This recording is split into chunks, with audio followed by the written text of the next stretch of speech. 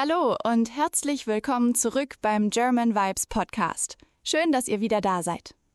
Heute haben wir ein neues Thema für euch. Ein Thema, das wahrscheinlich jeder kennt. Wir sprechen heute über Geburtstage und Feiern. Hallo zusammen. Ich freue mich auch sehr auf die heutige Folge. Geburtstage sind eigentlich etwas Schönes. Man trifft Familie oder Freunde, isst zusammen, redet viel und natürlich gibt es meistens auch einen Kuchen. Und manchmal gibt es sehr viel Kuchen. Ich wusste, dass du das sagen wirst. Bei dir ist ein Geburtstag wahrscheinlich erst dann ein richtiger Geburtstag, wenn es mindestens 2 Kuchen gibt. Das stimmt vielleicht ein bisschen. Aber mal ehrlich, Lukas, wer kann schon zu Kuchen Nein sagen? Ich kann Nein sagen. Wirklich? Natürlich. Und wenn vor dir ein Stück Schokoladenkuchen steht? Dann mache ich eine kleine Ausnahme. Das dachte ich mir schon. Aber bevor wir über Kuchen sprechen, sollten wir vielleicht ganz am Anfang beginnen.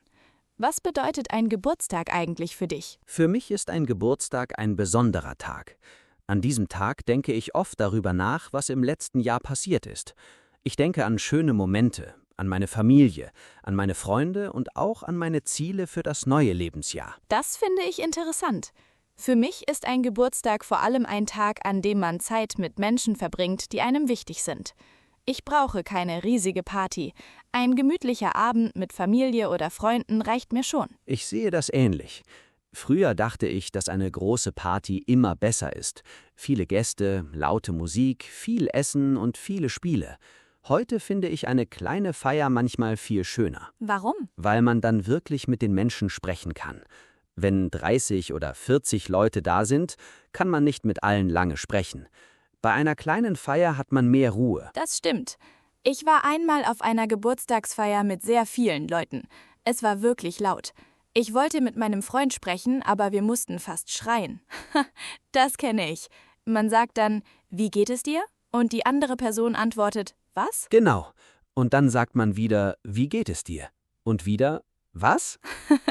Das ist keine Unterhaltung mehr. Das ist ein Sprachtest. Vielleicht ist das eine gute Methode, Deutsch zu lernen. Man muss einfach auf einer lauten Party sprechen. Nein, bitte nicht. Unsere Zuhörer wollen Deutsch lernen und nicht ihre Stimme verlieren. Okay, dann bleiben wir lieber bei normalen Gesprächen.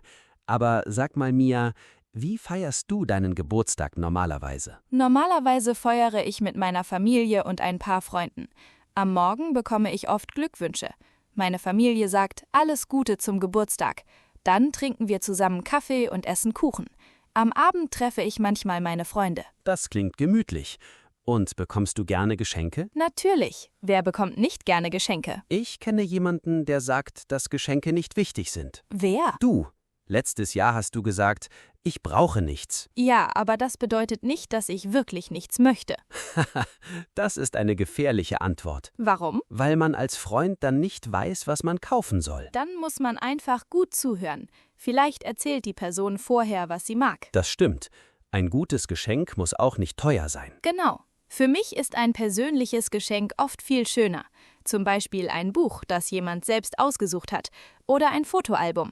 Oder etwas, das an eine gemeinsame Erinnerung erinnert. Das sehe ich genauso. Manchmal kann sogar eine kleine Karte sehr schön sein.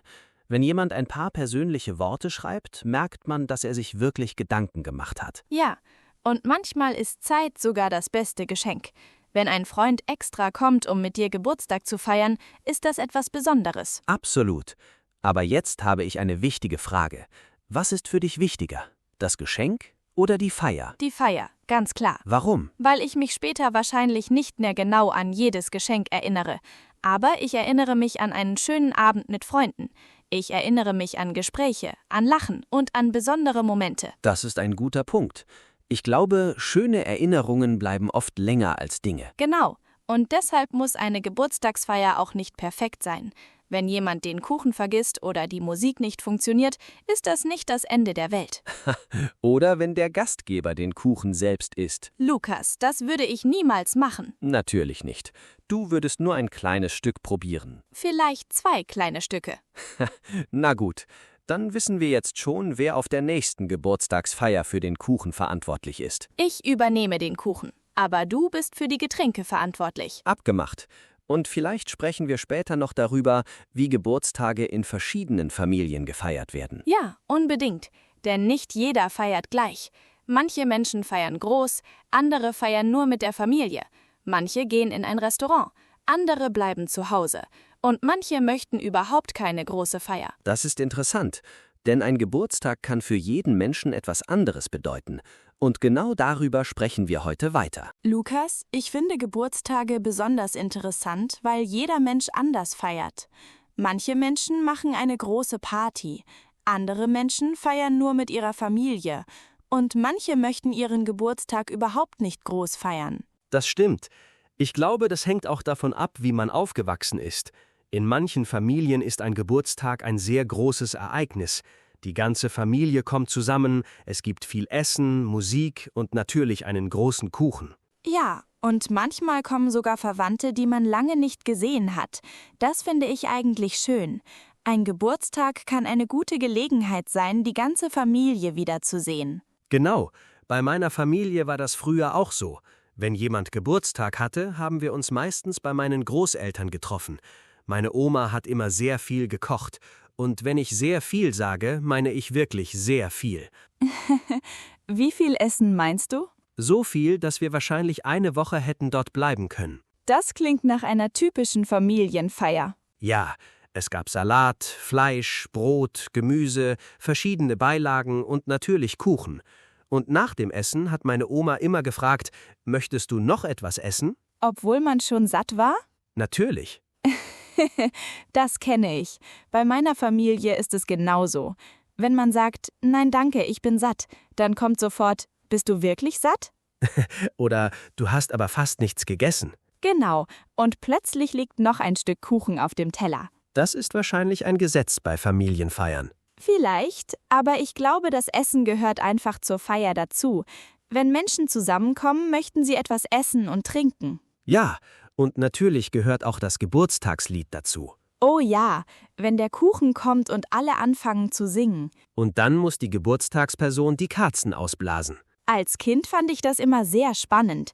Ich habe mir vorher schon überlegt, was ich mir wünschen möchte. Hast du deinen Wunsch immer verraten? Nein, man darf den Wunsch doch nicht verraten, sonst geht er vielleicht nicht in Erfüllung. Glaubst du wirklich daran? Als Kind habe ich daran geglaubt. Heute weiß ich natürlich, dass ein Wunsch nicht automatisch wahr wird. Aber ich finde die Tradition trotzdem schön. Ich auch. Man schließt die Augen, wünscht sich etwas und bläst die Kerzen aus.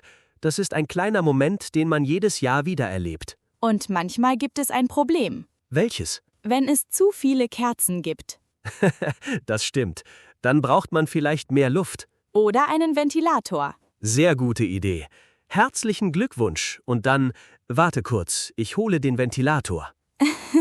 Das wäre wirklich lustig. Aber es gibt noch eine andere Sache, die ich an Geburtstagen interessant finde. Die Gäste. Was meinst du? Man lädt nicht immer dieselben Menschen ein. Manchmal feiert man mit der Familie, manchmal mit Freunden und manchmal gibt es eine Feier mit Kollegen. Das stimmt. Eine Feier mit Freunden ist wahrscheinlich ganz anders als eine Feier mit Kollegen. Natürlich, mit Freunden kann man vielleicht viel lockerer sein. Man macht Witze, hört Musik und spricht über alles Mögliche. Und mit Kollegen? Da ist man vielleicht ein bisschen vorsichtiger. Besonders wenn der Chef auch da ist. Genau, dann überlegt man vielleicht zweimal, bevor man einen Witz macht. Das kann ich verstehen. Aber ich finde Geburtstage im Büro trotzdem manchmal schön. Man bringt vielleicht einen Kuchen mit, die Kollegen gratulieren einem und man verbringt ein paar Minuten zusammen. Ja, das ist eine schöne kleine Tradition.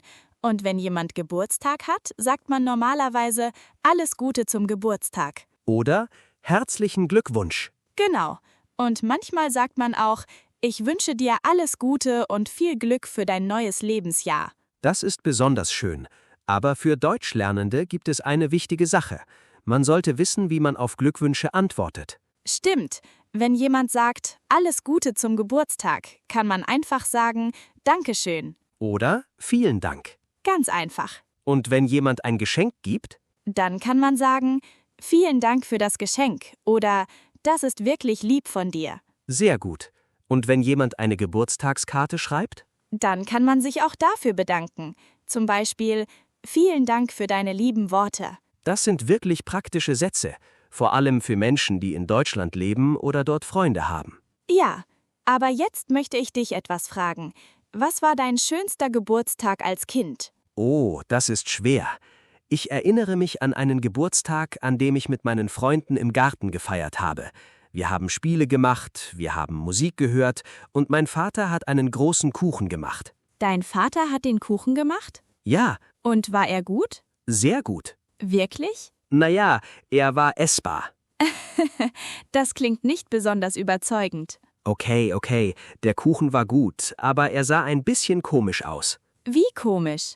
Der Kuchen sollte wie ein Fußball sein, aber am Ende sah er eher wie ein kleiner grüner Berg aus. Ein Fußballberg? Genau, aber als Kind war mir das egal. Ich war einfach glücklich, weil meine Freunde da waren.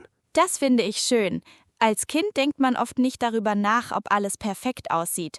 Man freut sich einfach über die Menschen, die da sind. Genau, und vielleicht ist das etwas, das Erwachsene manchmal vergessen. Da hast du recht. Als Erwachsene denken wir oft über die Dekoration, das Essen, die Musik und die Organisation nach. Und als Kind? Als Kind denkt man, wann darf ich den Kuchen essen? Oder wann bekomme ich mein Geschenk? Genau. Aber Geburtstage verändern sich auch mit dem Alter. Als Kind freut man sich meistens sehr auf den Geburtstag. Man zählt die Tage, man wartet auf die Geschenke und man möchte unbedingt feiern. Ja, später wird man vielleicht ruhiger. Man möchte nicht unbedingt eine große Party. Man möchte vielleicht einfach einen schönen Tag haben. Vielleicht mit einem guten Essen. Oder mit einem Spaziergang. Oder mit Freunden. Oder mit der Familie. Oder mit einem großen Stück Kuchen. Natürlich, du hast nur darauf gewartet, wieder über Kuchen zu sprechen. Ein Geburtstag ohne Kuchen ist für mich ein schwieriges Thema. Das habe ich inzwischen verstanden. Aber ich glaube, das Wichtigste ist nicht der Kuchen. Sondern? Dass man sich an diesem Tag Zeit nimmt. Zeit für Menschen, die man liebt. Zeit für schöne Gespräche und vielleicht auch ein bisschen Zeit, um über sein eigenes Leben nachzudenken. Das gefällt mir. Denn ein Geburtstag ist nicht nur ein Tag mit Geschenken. Es ist auch ein neuer Anfang. Man kann zurückblicken und überlegen, was habe ich im letzten Jahr erlebt? Was habe ich gelernt? Was möchte ich im nächsten Jahr machen? Genau. Und manchmal merkt man dabei, wie viel sich in einem Jahr verändern kann. Das stimmt. Vor einem Jahr kann das eigene Leben ganz anders aussehen.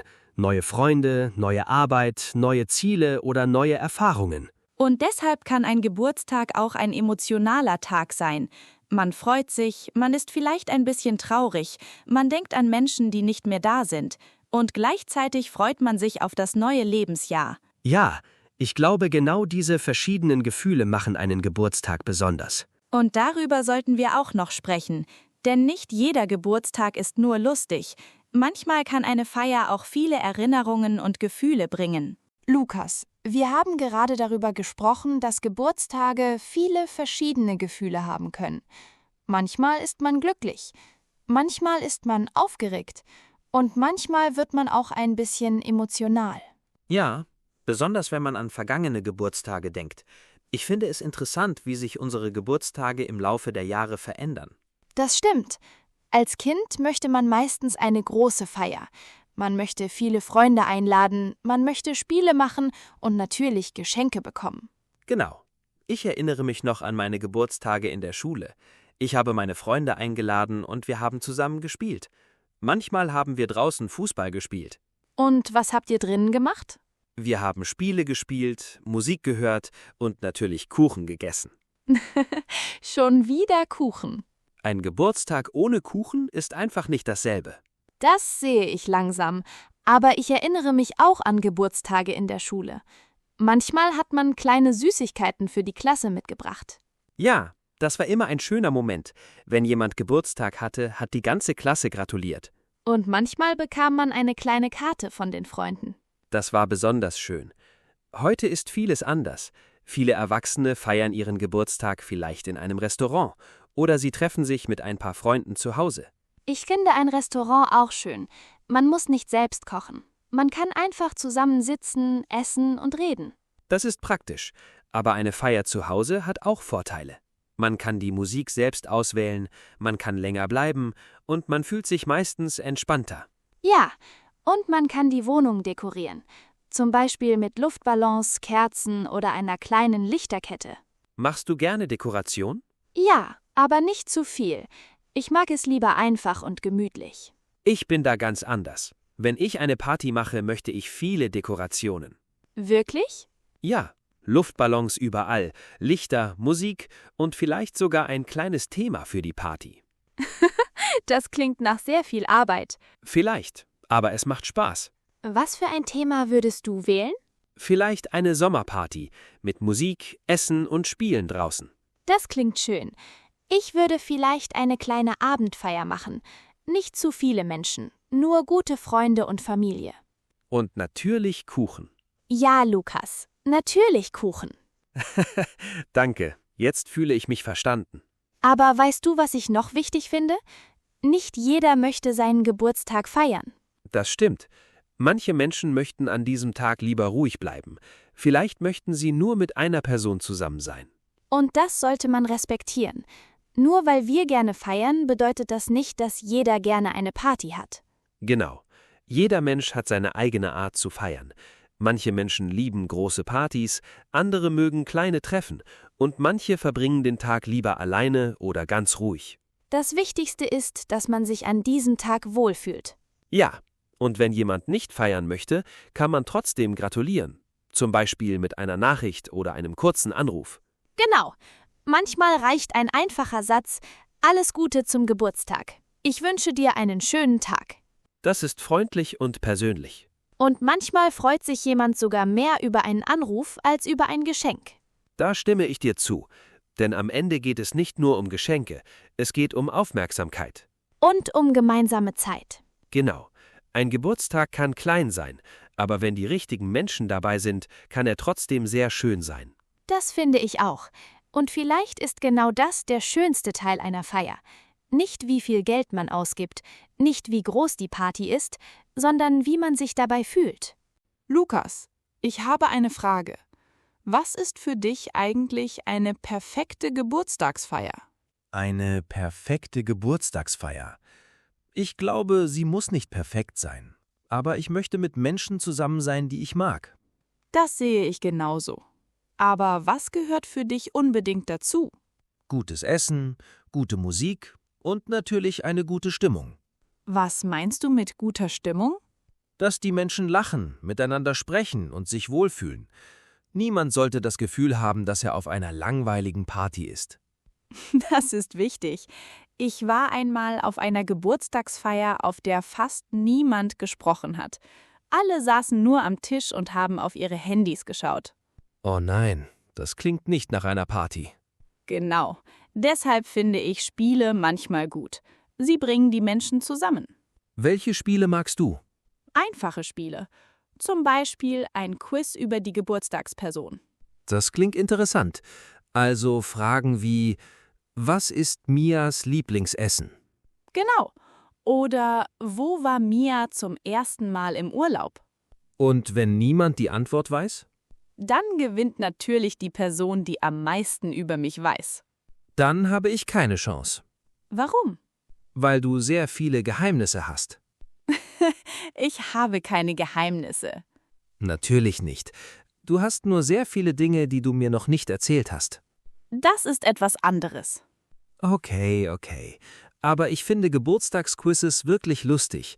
Man kann dabei viel über die Geburtstagsperson erfahren. Und man kann auch Fotos aus der Kindheit zeigen.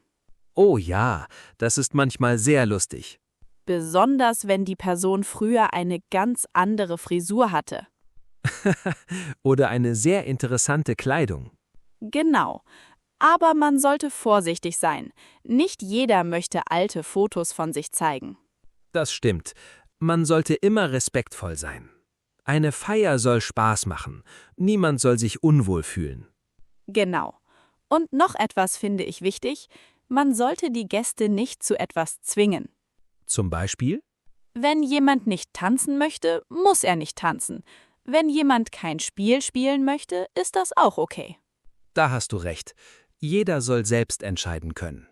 Und beim Essen ist es genauso.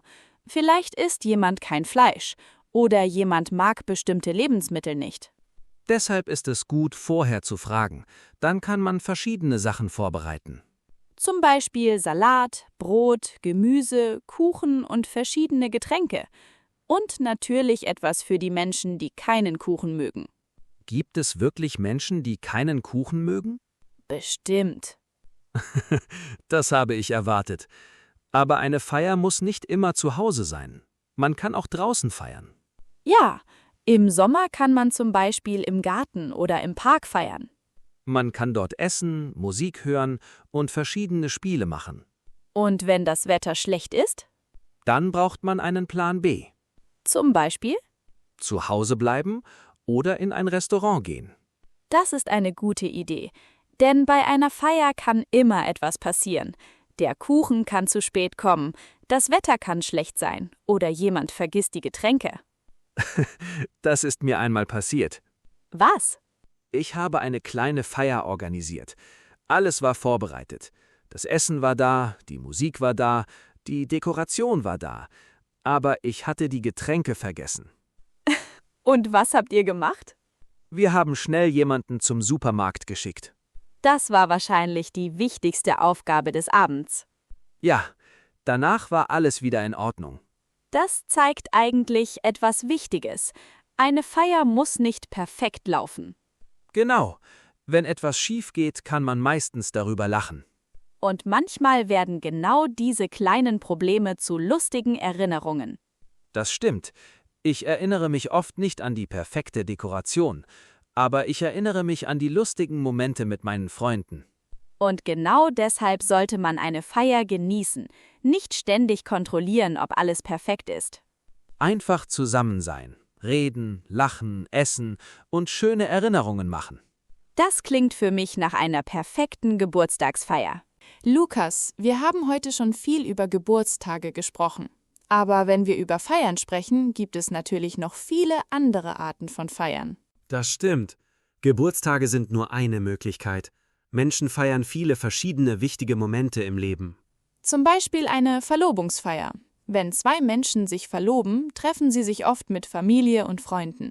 Sie erzählen von ihren Plänen und feiern gemeinsam diesen besonderen Moment. Ja, und danach kommt vielleicht die Hochzeitsfeier. Das ist für viele Menschen eine der wichtigsten Feiern im Leben. Bei einer Hochzeit gibt es oft viele Gäste.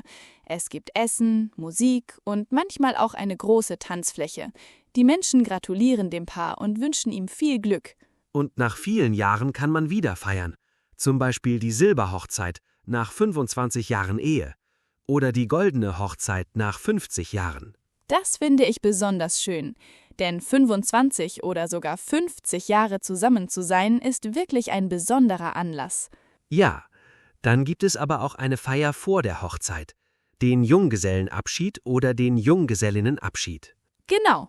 Freunde organisieren eine Feier für die Person, die bald heiratet. Man verbringt einen Tag oder einen Abend zusammen und macht etwas Besonderes. Manchmal ist die Feier ruhig, manchmal ist sie aber auch sehr lustig.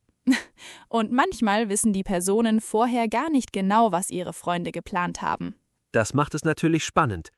Aber es gibt auch einen ganz anderen Anlass zum Feiern, eine Abschlussfeier. Ja, zum Beispiel, wenn jemand die Schule, die Universität oder eine Ausbildung beendet. Das ist ein wichtiger Moment. Man hat lange gelernt und gearbeitet. Und dann ist die Ausbildung oder das Studium endlich vorbei. Bei einer Abschlussfeier bekommt man vielleicht ein Zeugnis oder ein Diplom. Die Familie und Freunde sind dabei und gratulieren. Und danach beginnt ein neuer Abschnitt im Leben. Genau. Vielleicht beginnt man eine neue Arbeit. Oder man zieht in eine andere Stadt. Oder man reist erst einmal. Apropos neue Stadt, dann gibt es auch eine Einweihungsfeier. Natürlich. Wenn jemand in eine neue Wohnung oder ein neues Haus zieht, kann er Freunde und Familie einladen. Dann zeigt man vielleicht die neue Wohnung. Man sitzt zusammen, man isst etwas und man wünscht der Person viel Glück im neuen Zuhause. Ich finde solche Feiern sehr gemütlich.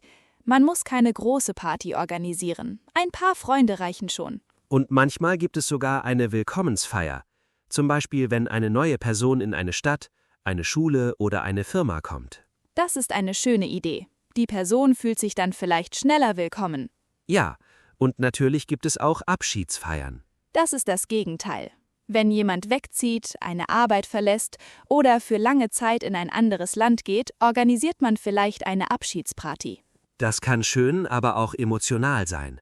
Man lacht zusammen, man erinnert sich an schöne Momente, aber man ist vielleicht auch traurig. Genau. Ich war einmal bei einer Abschiedsfeier von einer Freundin. Alle haben Fotos gemacht und über alte Geschichten gesprochen. Am Ende waren viele Menschen emotional. Das kann ich verstehen. Aber manchmal gibt es auch eine Überraschungsparty. Die mag ich besonders. Warum? Weil die Person vorher nichts weiß. Alle verstecken sich, dann kommt die Geburtstagsperson oder der Gast herein und plötzlich Überraschung! Ich möchte wissen, ob du eine Überraschungsparty für mich organisieren könntest. Natürlich. Wirklich? Ja, aber ich würde dir vorher nichts sagen. Das ist das Problem. Ich würde wahrscheinlich sofort merken, dass etwas passiert. Warum? Weil du schlecht lügen kannst. Hey, das stimmt überhaupt nicht. Okay.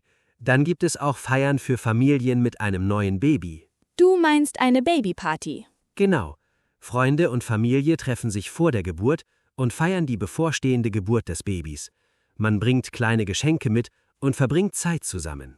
Das kann sehr schön sein. Und nach der Geburt gibt es in manchen Familien auch eine Willkommensfeier für das Baby. Ja, dann können Verwandte und Freunde das Baby kennenlernen. Es gibt aber auch traditionelle oder religiöse Feiern, zum Beispiel eine Tauffeier. Oder eine Kommunionsfeier. Und natürlich unterscheiden sich solche Feiern je nach Familie und Tradition. Genau. Nicht jede Familie feiert auf die gleiche Weise. Und dann haben wir noch die großen Feiern im Kalender, zum Beispiel Weihnachten. Oder Silvester. An Silvester feiern viele Menschen zusammen und warten auf Mitternacht. Und wenn die Uhr 12 schlägt, wünschen sich alle ein gutes neues Jahr. Frohes neues Jahr! Genau.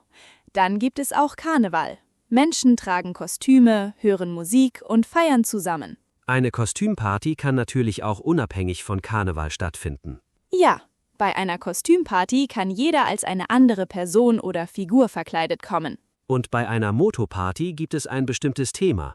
Zum Beispiel eine Filmparty, eine Fußballparty oder eine Party im Stil der 80er Jahre. Das kann wirklich kreativ sein. Jeder kann sich passend zum Thema verkleiden. Dann gibt es noch die Firmenfeier. Ja, zum Beispiel eine Weihnachtsfeier im Büro. Die Kollegen essen zusammen, sprechen über die Arbeit und verbringen einen Abend außerhalb des normalen Arbeitsalltags. Und manchmal gibt es auch eine Feier, wenn eine Firma ein besonderes Ergebnis erreicht hat. Oder wenn ein Projekt erfolgreich beendet wurde. Genau. Und jetzt kommen wir zu einer Feier, die vielleicht nicht jeder kennt. Eine Scheidungsparty. Ja, auch so etwas gibt es. Manche Menschen feiern nach einer Scheidung einen neuen Anfang in ihrem Leben. Das klingt zunächst vielleicht ungewöhnlich, aber für manche Menschen ist es eine Möglichkeit, mit Freunden zusammenzukommen und nach einer schwierigen Zeit positiv nach vorne zu schauen. Genau. Nicht jede Feier bedeutet, dass etwas Neues beginnt. Manchmal bedeutet eine Feier auch, dass eine schwierige Zeit vorbei ist. Das ist ein interessanter Gedanke. Wir feiern also nicht nur Geburtstage, wir feiern Liebe, wir feiern Erfolge, wir feiern neue Anfänge, wir feiern Abschiede und manchmal feiern wir einfach, weil wir zusammen sein möchten. Das finde ich auch. Eine Feier kann ganz klein sein, nur 2 oder 3 Menschen. Oder sie kann sehr groß sein, mit 100 Gästen oder noch mehr. Und am Ende ist nicht die Größe entscheidend. Sondern der Grund, warum man zusammenkommt. Genau. Ob Hochzeit, Geburtstag, Abschlussfeier, Abschiedsparty, Überraschungsparty oder einfach ein Treffen mit Freunden. Eine schöne Feier gibt uns die Möglichkeit, besondere Momente gemeinsam zu erleben. Und genau deshalb gehören Feiern zu vielen wichtigen Momenten unseres Lebens. Stell dir vor, Lukas, wir sind jetzt in einer mündlichen Prüfung. Der Prüfer fragt uns, was bedeutet Feiern für Sie? Was würdest du antworten? Ich würde sagen, dass Feiern für mich ein wichtiger Teil des Lebens ist. Eine Feier gibt Menschen die Möglichkeit, zusammenzukommen und einen besonderen Moment gemeinsam zu erleben. Man kann zusammen essen, reden, lachen, Musik hören und schöne Erinnerungen machen. Das ist eine gute Antwort. Ich würde sagen, dass Feiern für mich auch mit verschiedenen Gefühlen verbunden ist. Wenn ich zum Beispiel auf einer Geburtstagsfeier bin, fühle ich mich meistens glücklich und entspannt. Ich freue mich, wenn meine Familie oder meine Freunde da sind. Und wie fühlst du dich bei einer Hochzeit? Bei einer Hochzeit fühle ich mich oft sehr glücklich. Man freut sich für das Paar und für die gemeinsame Zukunft. Aber manchmal bin ich auch emotional, weil solche Momente sehr besonders sein können. Das kann ich verstehen. Bei einer Abschlussfeier ist das Gefühl vielleicht anders. Man ist stolz, weil man etwas geschafft hat. Gleichzeitig kann man aber auch traurig sein, weil eine wichtige Zeit zu Ende geht. Genau. Zum Beispiel, wenn man die Schule beendet. Man freut sich auf die Zukunft, aber man verabschiedet sich auch von Freunden und Lehrern. Ich glaube, dass viele Feiern gleichzeitig verschiedene Gefühle auslösen können. Man kann glücklich und traurig sein, man kann aufgeregt und nervös sein, oder man kann einfach dankbar sein. Ja, bei einer Überraschungsparty ist man zum Beispiel zuerst vielleicht sehr überrascht. Danach freut man sich, weil so viele Menschen an einen gedacht haben. Und bei einer Abschiedsfeier kann man glücklich über die gemeinsame Zeit sein, aber gleichzeitig traurig über den Abschied. Genau. Und bei einer Hochzeit kann man sich für andere Menschen freuen. Bei einem Geburtstag denkt man vielleicht über sein eigenes Leben nach. Bei einer Abschlussfeier denkt man über seine Erfolge und seine Zukunft nach. Das finde ich wichtig, denn eine Feier ist nicht nur Essen, Musik und Geschenke. Eine Feier hat oft eine Bedeutung. Genau. Wenn ich meinen Geburtstag feiere, denke ich manchmal darüber nach, was ich im letzten Jahr erlebt habe. Ich denke an meine Ziele, meine Erfahrungen und an die Menschen, die mich unterstützt haben. Das würde ich in einer mündlichen Prüfung auch sagen. Für mich ist ein Geburtstag ein Moment, in dem man zurückblicken und gleichzeitig nach vorne schauen kann. Man kann sich neue Ziele setzen und überlegen, was man im nächsten Lebensjahr machen möchte. Und was ist für dich bei einer Feier besonders wichtig? Für mich sind die Menschen am wichtigsten. Ich brauche keine teure Dekoration und keine riesige Party. Wenn meine Familie und meine guten Freunde dabei sind, kann eine kleine Feier schon sehr schön sein. Ich sehe das genauso. Für mich ist eine gute Stimmung sehr wichtig. Die Menschen sollen sich wohlfühlen und miteinander sprechen können. Ich finde es schön, wenn niemand alleine sitzt und alle ein bisschen miteinander lachen. Und natürlich gehört gutes Essen für mich auch dazu. Ich wusste, dass du das sagen wirst. Was denn?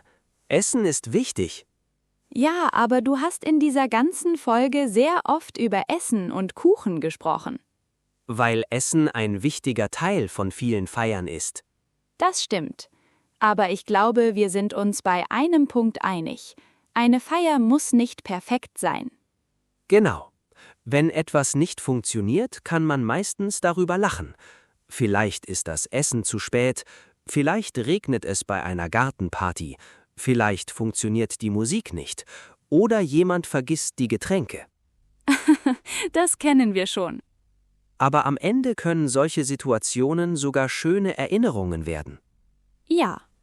Und ich glaube, das ist eine gute Antwort für eine mündliche Prüfung. Man kann sagen, für mich ist eine Feier eine Möglichkeit, Zeit mit anderen Menschen zu verbringen und besondere Momente gemeinsam zu erleben. Und man kann auch sagen, es gibt viele verschiedene Arten von Feiern, zum Beispiel Geburtstage, Hochzeiten, Abschlussfeiern, Abschiedspartys oder Familienfeiern. Jede Feier hat ihren eigenen Grund und ihre eigene Bedeutung. Sehr gut. Und wenn der Prüfer fragt, welche Feier mögen Sie am liebsten, dann kann jeder seine eigene Meinung sagen. Ich würde sagen, dass ich Geburtstagsfeiern am liebsten mag, weil sie meistens entspannt sind und man mit Familie und Freunden zusammen sein kann. Ich würde wahrscheinlich eine kleine Feier mit Freunden und Familie wählen. Für mich ist eine ruhige Atmosphäre wichtiger als eine sehr große Party. Und jetzt glaube ich, dass unsere Antworten schon ziemlich gut für eine mündliche Prüfung sind. Ja, aber bevor wir mit unserem Gespräch weitermachen, kommt jetzt Alex. Er erklärt euch wichtige Wörter aus dieser Folge langsam und mit einfachen Beispielen. Hallo zusammen! Jetzt schauen wir uns einige wichtige Wörter aus unserer heutigen Folge an. Hört gut zu und wiederholt die Wörter gerne laut. Geburtstag. Noch einmal. Geburtstag. Langsam. Geburtstag. Ein Geburtstag ist der Tag, an dem eine Person geboren wurde. Zum Beispiel: Heute habe ich Geburtstag. Die Feier. Noch einmal. Die Feier. Langsam. Feier. Eine Feier ist ein besonderes Treffen mit Menschen. Zum Beispiel: Wir machen eine kleine Feier. Feiern. Noch einmal. Feiern. Langsam. Feiern. Feiern bedeutet, einen besonderen Moment gemeinsam zu verbringen. Zum Beispiel: Wir feiern heute meinen Geburtstag. Die Hochzeit. Noch einmal. Die Hochzeit. Langsam. Hochzeit. Eine Hochzeit ist eine Feier, bei der zwei Menschen heiraten. Zum Beispiel: Am Samstag gehen wir zu einer Hochzeit. Die Verlobung. Noch einmal. Die Verlobung. Langsam. Verlobung. Eine Verlobung bedeutet, dass zwei Menschen heiraten möchten. Zum Beispiel: Sie feiern ihre Verlobung mit der Familie. Die Überraschung. Noch einmal. Die Überraschung. Langsam. Überraschung. Eine Überraschung ist etwas, das eine Person nicht erwartet. Zum Beispiel: Die Party ist eine Überraschung. Die Abschlussfeier. Noch einmal. Die Abschlussfeier. Langsam. Abschlussfeier. Eine Abschlussfeier findet statt, wenn eine wichtige Ausbildung oder Schulzeit zu Ende ist. Zum Beispiel: Nächste Woche ist meine Abschlussfeier. Die Abschiedsparty. Noch einmal. Die Abschiedsparty. Langsam. Abschiedsparty. Eine Abschiedsparty ist eine Feier für eine Person, die weggeht.